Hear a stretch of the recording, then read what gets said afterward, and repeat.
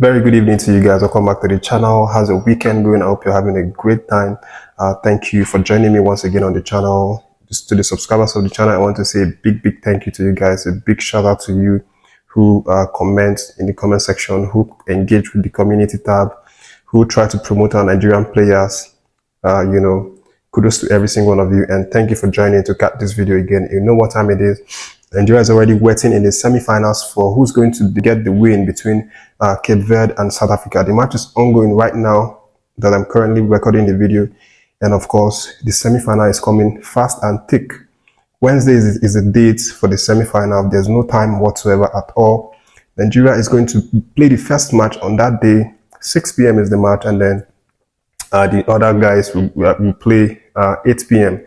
And for the other guys, I've already known who they are going to play. Ivory Coast qualified today marginally after extra time, even though they, fell by 1 goal to 0, and they had to come from behind. They also had a red card, early on in the game, but they miraculously qualified to book a place in the semi-finals on Wednesday, 8 p.m. And of course, they are going to play DR Congo, who won Guinea yesterday. That one is already settled. Nigeria is now waiting for the winner between South Africa and Cape Verde to play Wednesday, 6 p.m. So the usual thing is after every match, from the group stages and then round of 16, Peseiro would usually give these guys 1 day break, vacation or holiday to go and rest, chill and relax. But of course, this game, there's no time.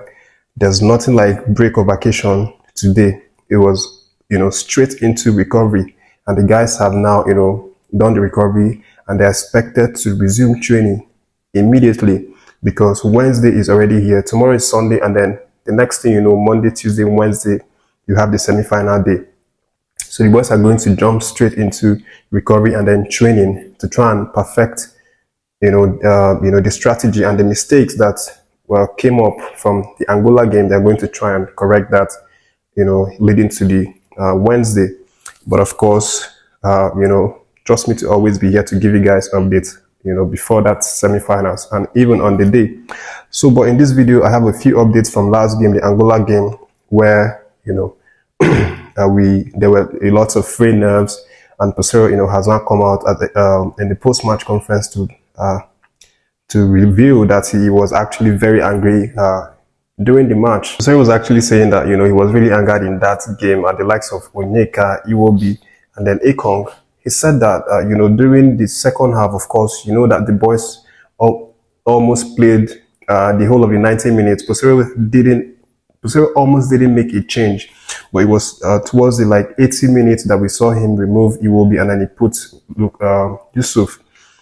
Then in the 87th minute, that was when he removed Onyeka. But before he removed Onyeka, Peseiro said he was angered because he asked them if they could play to finish the game because they were really performing and they had their spirits were high. They said that they could play. But then again, after a few minutes, the captain Ekong, told Peseiro that Onyeka is really injured, that he hurt his hand, that he cannot continue. He's playing like a -1. You have to change him. Peseiro said Ekong reported twice, to him about Onyeka, but he was angered because he asked he asked this guy if he would be able to play, but Onyeka said that he would be able to play, and then 1-2 minutes later, he's having this calls from Ekong to remove Onyeka.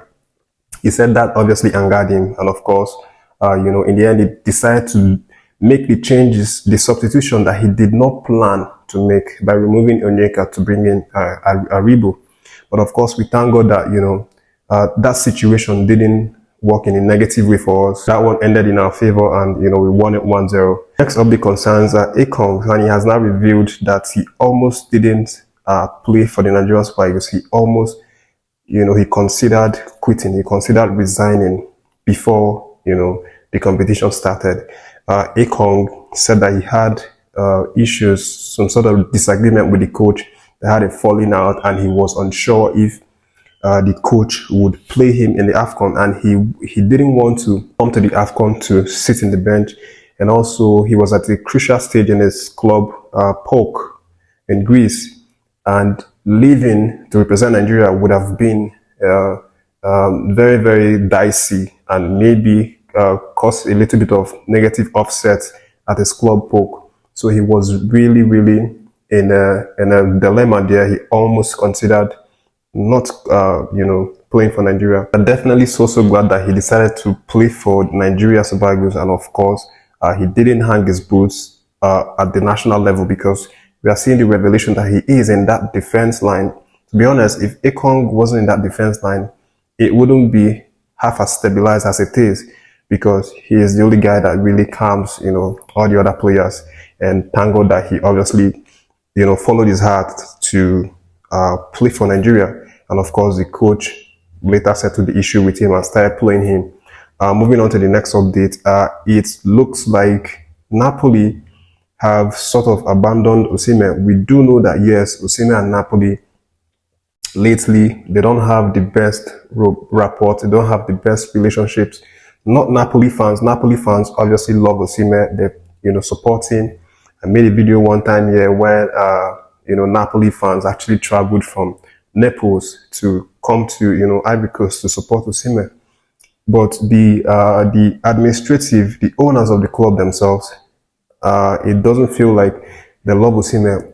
Why this has come to attention is the fact that since Nigeria's progression, into the round of 16, into the quarterfinals, into the semis, there hasn't really been any good wishes or congratulatory message from Napoli, trying to reach out to Osimhen to wish him well, for qualifying, or wish Nigerian Super Eagles, because at least they have their player there.